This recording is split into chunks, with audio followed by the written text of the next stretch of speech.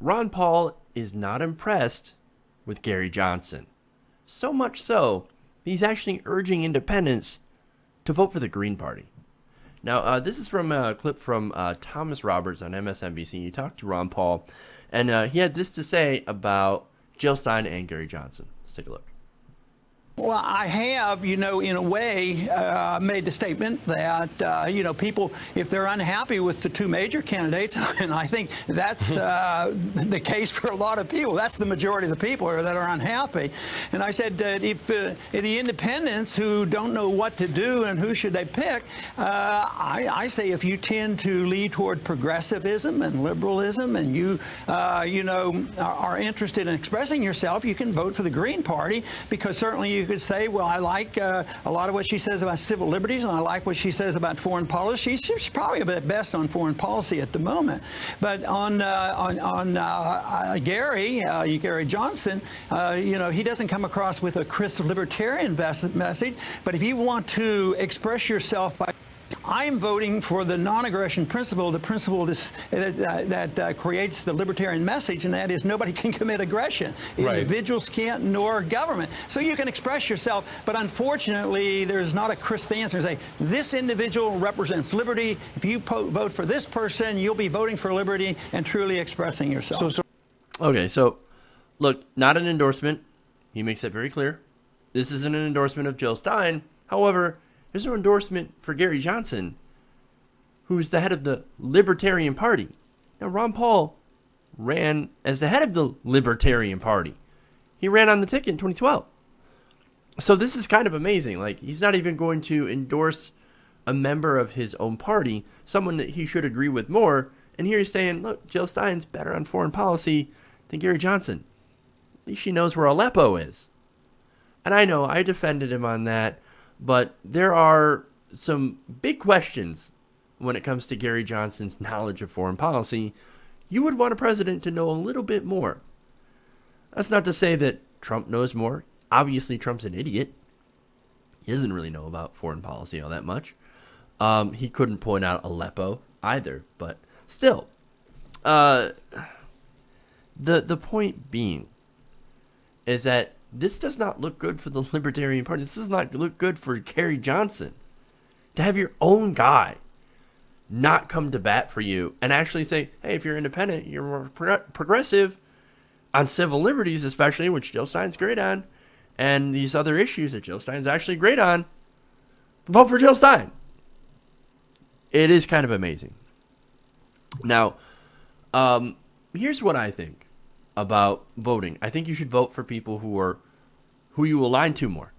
Now, if you align to Jill Stein, go for it. Vote the way that you want to vote. That's my thing. I'm not going to tell you who to vote for, right?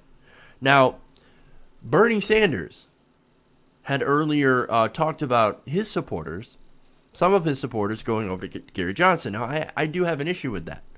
And let me tell you why. It's not because I dislike Gary Johnson or dislike libertarians or think they're all anarchists. I know that's not the thing. But the policies that Gary Johnson is running on. Let me do a quick rundown. And you can find this. All this information is out there. Gary Johnson is pro Trans-Pacific Partnership. He's like, yeah, I'd sign it. Okay. What about climate change? Well, he believes climate change, I guess, is maybe caused by human beings. But does he think the government should actually do anything about it in regulating the amount of CO2 put in the atmosphere? No, he does not. He wants to eliminate corporate taxes. Oh, it would be so much better if, for corporations and for job creation, if we just got rid of corporate taxes whatsoever. Not a progressive position. The other thing, and I believe it was Ron Pocono was on the show on Friday, pointed out how he kind of wants to run healthcare like it's a toy store. You go in and pick, right? Well, that doesn't seem like it makes a whole lot of sense to me. And for those who supported Bernie Sanders, who supported things like universal healthcare, a Medicare for all, single-payer system, those are two completely different positions. And of course, Social Security, they're completely different. Bernie Sanders wanted to expand Social Security. Gary Johnson wants to effectively cut it by raising the retirement age to 75. And of course, finally, I think the thing that should really upset Bernie Sanders supporters when it comes to Gary Johnson is he is for unlimited money in politics. Whereas Bernie Sanders said, let's get rid of Citizens United and get the money out of politics and get back to publicly funded elections. You can't get more opposite on those issues. Yes, on the issues of war, of foreign intervention, Gary Johnson and the Libertarians, Ron Paul, they're great, and I've given them credit for that. And on the issues of civil liberties and not having the government spy on us, Libertarians also agree with. Couldn't agree more. Right? Get the government out of our bedrooms, out of our personal lives. But there is a role for government in regulation. Smart regulation, not the kind of crony capitalist regulation that we rail out against all the time. But there's room for this stuff. And Gary Johnson's positions don't leave a lot of room. And I know he's not as extreme libertarian as other people that have ran as libertarians. But it's bad enough on issues, for example, climate change. Climate change is probably is the single biggest problem facing the entire world at this point. We just passed 400 ppms of carbon, and it's not dropping. It's not good. We're literally boiling. And Gary Johnson says, well, look, it's an issue, but what are you going to do?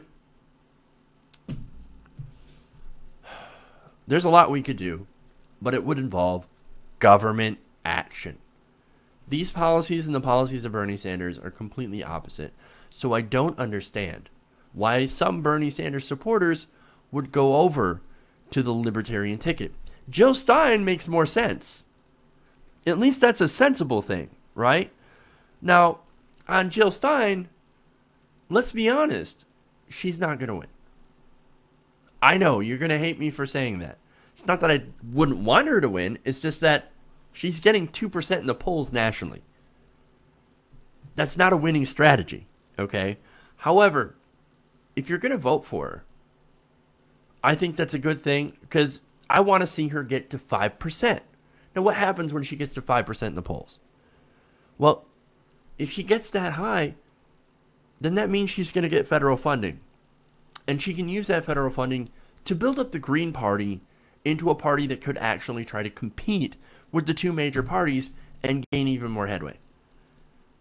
If you want to see a third party grow, vote for Jill Stein, and so she can get that 5%, she can get that money, and she can really start building up the Green Party into a national movement. Because I think we would all like to see that.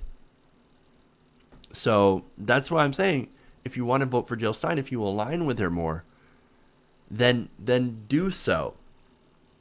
Especially if you're not in a swing state. But again, I don't want to tell you who to vote for. But anyway, that's my thoughts on this. And what's funny is that leave it to Ron Paul to point out how Jill Stein is actually better than Gary Johnson on even libertarian principles. It is kind of ironic. Hey everybody, thanks for watching this video. If you want to see more like this, please hit the subscribe button below.